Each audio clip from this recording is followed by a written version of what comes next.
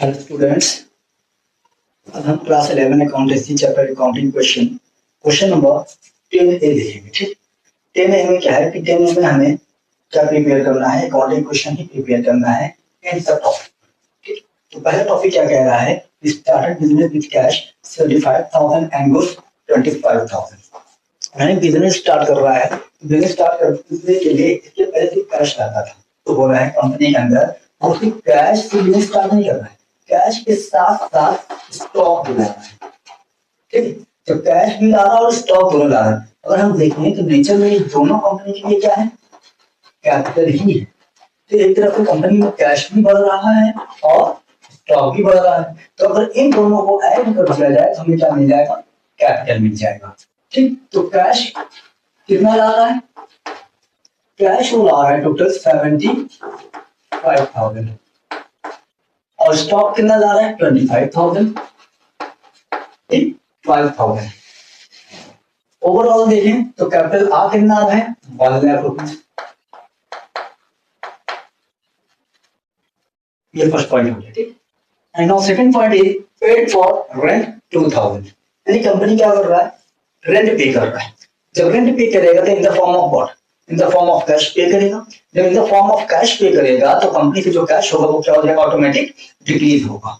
तो automatic 2,000 cash क्या हो गया, कंपनी से डिक्रीज हो गया। आप इस टॉपिक पे कोई भी अफेक्ट नहीं पड़ा, इन केस इस पे तो अफेक्ट नहीं पड़ा, लेकिन जब बात हम करेंगे कैपिटल की, तो ये जो कैश निकाल के जा रहा है वो कैश कहां से निकला है, आपका यही से निकला है। क्योंकि जब रेंट पे किया है तो रेंट के रिटर्न में कुछ हमें मिला नहीं, तो इन केस जो 2,000 चला गया, अब 2,000 का कुछ हम बेनिफिट उठा नहीं सकते हैं, तो ये 2,000 हमारे कैपिटल से भी डिडक्ट होगा। ठीक, अब हम क्या बनाएंगे, न्यू इक्वेशन प्रिपेयर कर लेंगे। न्यू इक्वेशन बनाएंगे तो यहाँ पर क्या बचा 73,000, 25,000, यहाँ पर कितना बचा 98,000। ठीक, now next question is bought goods for cash 30,000 and on credit 44,000। Company जो ट्रांजेक्शन कर रहा है वो स्टॉक खरीद रहा है। ये जो स्टॉक खरीद रहा है वो दो केस में खरीद रहा है, दो तरीके से। एक तो कैश में ले रहा है, दूसरा उधार भी ले रहा है। यानी कंपनी जो स्टॉक खरीद रहा है कैश में भी खरीद रहा है और उधार में भी खरीद रहा है। कैश में जो खरीद रहा है वो 30,000 में खरीद रहा है, ये नगद खरीदा, और उधार जो खरीदा है वो क्या खरीदा है 44,000 खरीदा है। यानी टोटल स्टॉक जो कंपनी खरीद रहा है वो कितने का खरीद रहा है 74,000। अच्छा, जो माल खरीदा वो कैश में ले रहा है, तो जब तुमने माल खरीदा तो कंपनी क्या गया, कैश गया, तो कंपनी क्या हो गया, डिक्रीज हो गया। लेकिन जो 44,000 का जो स्टॉक परचेज किया है वो उधार लिया है, तो उधार लिया है तो आपको पैसा भी देना पड़ेगा, जो कि ये कंपनी के लिए क्या कहलाएगा, क्रेडिटर्स कहलाएगा। यानी एक हेडिंग और आएगा, वो किसके नाम से आएगा, क्रेडिटर्स के नाम से आएगा। ठीक, अब देखिए कैश कितना गया हमारे पास है 30,000, स्टॉक टोटल आया कितना 74,000। ठीक है, क्रेडिटर्स कितने को उधार खरीदा लोगों ने 44,000 को उधार लिया है। ठीक, कैपिटल पे कोई इफेक्ट नहीं पड़ा। अब इसको क्या कर लेंगे हम लोग, न्यू इक्वेशन बना लेंगे। न्यू इक्वेशन जब बनाएंगे तो क्या होगा 73 और 30, 43,000 आया, 44,000, 98,000 दिखा दीजिए। इसका टोटल होगा 1,42,000 और इसका भी टोटल कितना हो रहा है 1,42,000। यानी कंपनी ने क्या किया है, कंपनी ने जो स्टॉक 50,000 का खरीदा, कंपनी ने जो स्टॉक 50,000 खरीदा था, तो 50,000 के अब खरीदा था, अब वही 50,000 स्टॉक बेच रहा है। जब बेचेगा तो कंपनी से 50,000 क्या हो गया, डिक्रीज हो गया। लेकिन जब ये 50,000 वाला स्टॉक कंपनी ने बेचा तो 25% पे बेचा प्रॉफिट, तो 25% जो 50,000 का है वो 12,500 आएगा। ठीक, कंपनी सेल कितने का किया होगा 62,500, टोटल इसने बेचा है 62,500 का। लेकिन कंपनी को पैसा मिल कितना रहा है 7,500। कितना पैसा नहीं मिला 35,000। अभी भी कंपनी को पैसा मिला नहीं। फिर से देखिए, जो 50,000 का सामान खरीदा था कंपनी ने, जो कंपनी की कॉस्ट प्राइस था, उस 50,000 का सामान वो बेच रहा है 25% के प्रॉफिट पर। तो 25% के प्रॉफिट पर, तो 50,000 का 25% आया 12,500। तो 50,000 वाला सामान वो बेचा कितने का 62,500, 50,000 रुपये 12,500। और 62,000 का टोटल बेचा है, लेकिन उसको पैसा मिल कितना रहा है सिर्फ 27,500, यानी कैश ये जो हो रहा है ये कैश मिल गया है। तो कैश मिल गया तो कंपनी कैश देने से बढ़ गया, लेकिन अभी कितना पैसा मिला नहीं है। तो ये कैश जो है 27,500 से इंक्रीज हो गया है, लेकिन पैसे जल्दी नहीं मिला है। इससे कंपनी पैसा लेगा, और जिससे कंपनी पैसा लेता है उसे क्या बोलते हैं डेटर्स बोलते हैं। यानी एक हेडिंग हो रहा है किसके नाम से डेटर्स के नाम से। कैश आया कितना है 27,500। कंपनी स्टॉक कितना गया 50,000। कितना पैसा लेना बाकी है 35,000। कंपनी को फायदा कितना हुआ है 12,500। क्रेडिट इफेक्ट नहीं बढ़ा। 12,500 का जो प्रॉफिट हुआ है कितना है कंपनी को टोटल प्रॉफिट कितना हुआ था 12,500। तो हमारे क्रेडिट इफेक्ट नहीं पड़ा, कैपिटल बल्कि हमारा 12,500 क्या हो जाएगा ऐड होकर बढ़ जाएगा। अब हम न्यू इक्वेशन बना लेते हैं।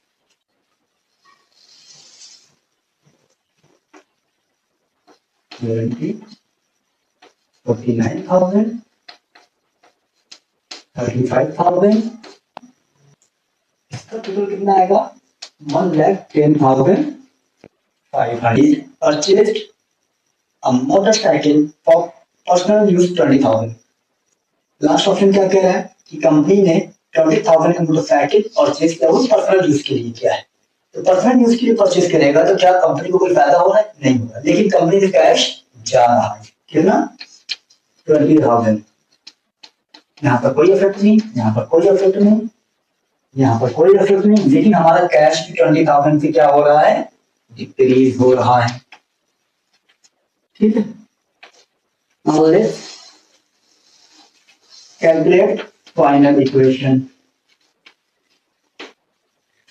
50,500, 49,000, 35,000, 44,000 plus 90,500। ये आपका क्वेश्चन 10A सॉल्व हो गया।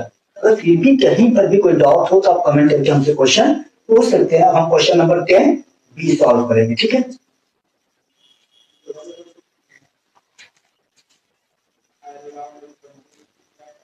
Let's see question number 10B। 10A solve कर लिया हम लोगों ने, 10B देखते हैं। ठीक, 10B में दो पॉइंट जो है बड़े अच्छे हैं।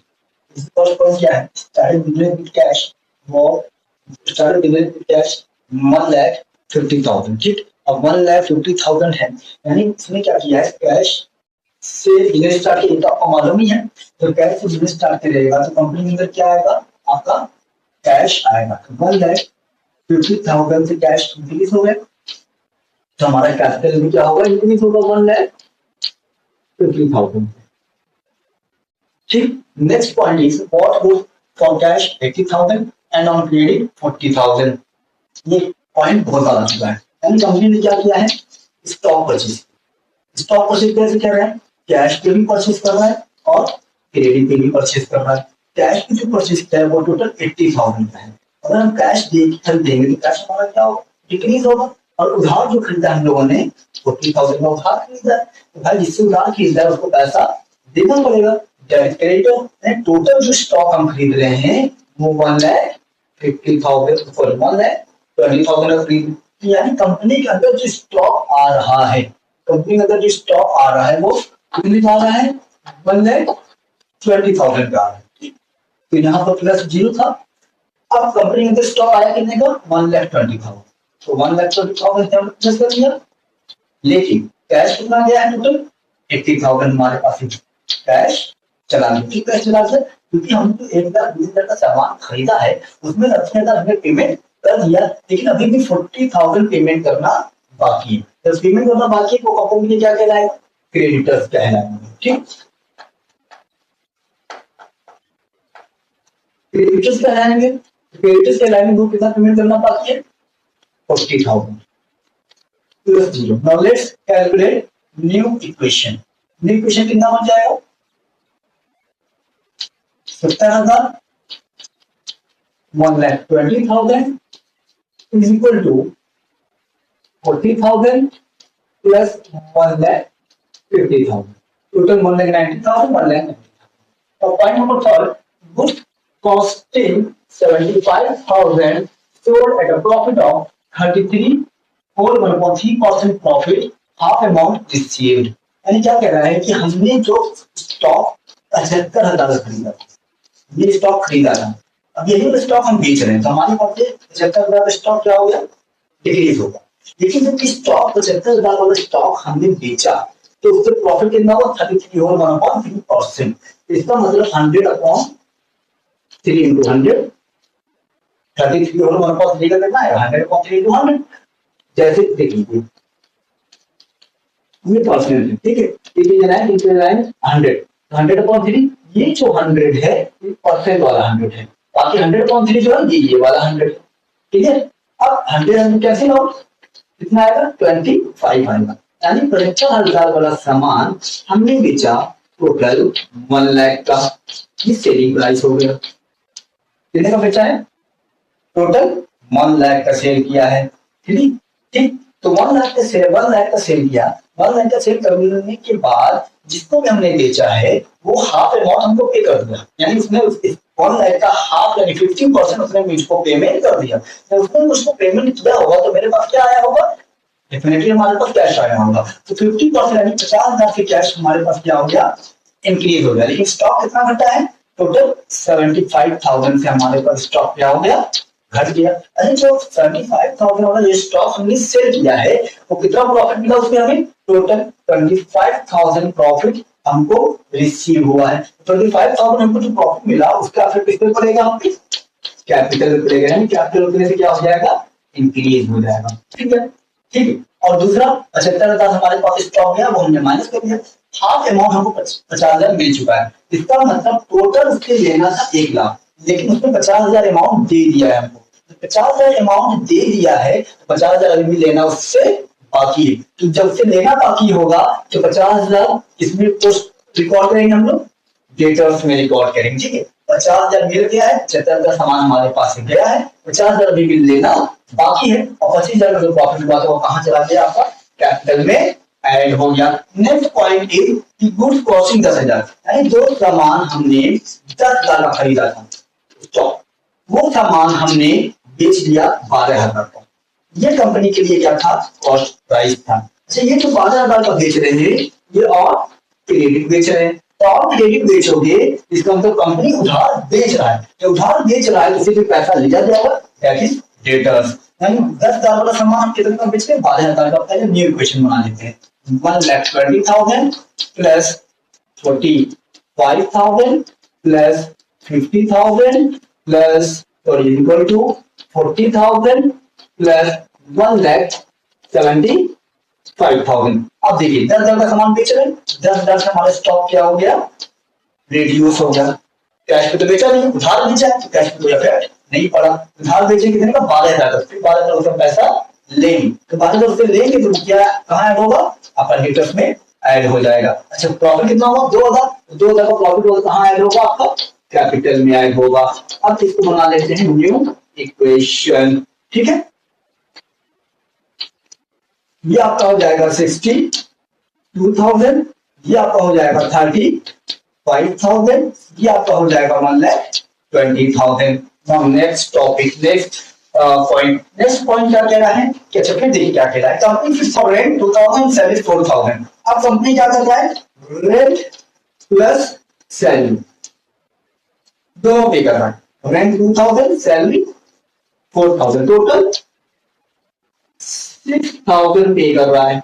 ये जो 6,000 कंपनी पे कर रहा है तो कंपनी कैश जाएगा क्या आएगा, ऐसी बात जाएगा, क्या हुआ, कंपनी हमारा क्या हुआ, कंपनी हमारा कैश क्या हो गया, डिक्रीज हो गया। टोटल कितना डिक्रीज हो रहा है, 6000। तो क्या हमारे स्टॉक पे कोई इफेक्ट पड़ा, नो इफेक्ट। रिटर्न पे नो इफेक्ट, क्रेडिटर्स पे नो इफेक्ट। लेकिन जब बात हम करेंगे कैपिटल, तो ये देखो कि 6000 कंपनी से गया, क्या इसके रिटर्न में कुछ हमारे पास आया, कोई चीज हमारे पास रिटर्न आया नहीं। तो ये 6000 जो कैश हम दे रहे हैं, एक तरफ से हमारा कैपिटल में डिडक्ट होगा, कैश जा रहा है, दूसरा हमारा कितना इफेक्ट पड़ेगा, कैपिटल का इफेक्ट पड़ेगा। जब इसका कोई बेनिफिट हमको नहीं मिलने वाला, इसलिए 6000 कैपिटल से भी क्या हो गया, लेस हो गया। अब न्यू इक्वेशन बना लेते हैं, 1,14,000, 35,000, 62,000, 40,000 एंड 1,71,000। और कंपनी क्या करना है, 20,000 वाला सामान, यानी जो कंपनी ने 20,000 का खरीदा था सामान, स्टॉक खरीदा था, 20,000 स्टॉक खरीदा था, कंपनी की कॉस्ट प्राइस हो गया। इस स्टॉक को कंपनी बेच रहा है 18,500 का फॉर कैश, नगद बेच रहा है। ये 18,000 कंपनी में कैश क्या हो रहा है, इंक्रीज। लेकिन 20,000 वाला सामान हम कितने बेच रहे हैं, कम में बेच रहे हैं भाई, ज्यादा तो बेचा नहीं हमने, यानी हमको नुकसान हो रहा है। कितने का, 1,500 का नुकसान हो गया कंपनी को। जब प्रॉफिट होता था तो कैपिटल में ऐड होता था, तो नुकसान होगा तो कैपिटल से माइनस नहीं होगा, कैपिटल से भी वो क्या होगा, माइनस होगा। कितना, 20,000 वाला सामान हमने 18,500 का बेचा है, तो सामान गया कितने का हमारे पास से, टोटल सामान हमारे पास से ज्यादा है कितने का, 20,000 का। कैश कितना आया, 18,500।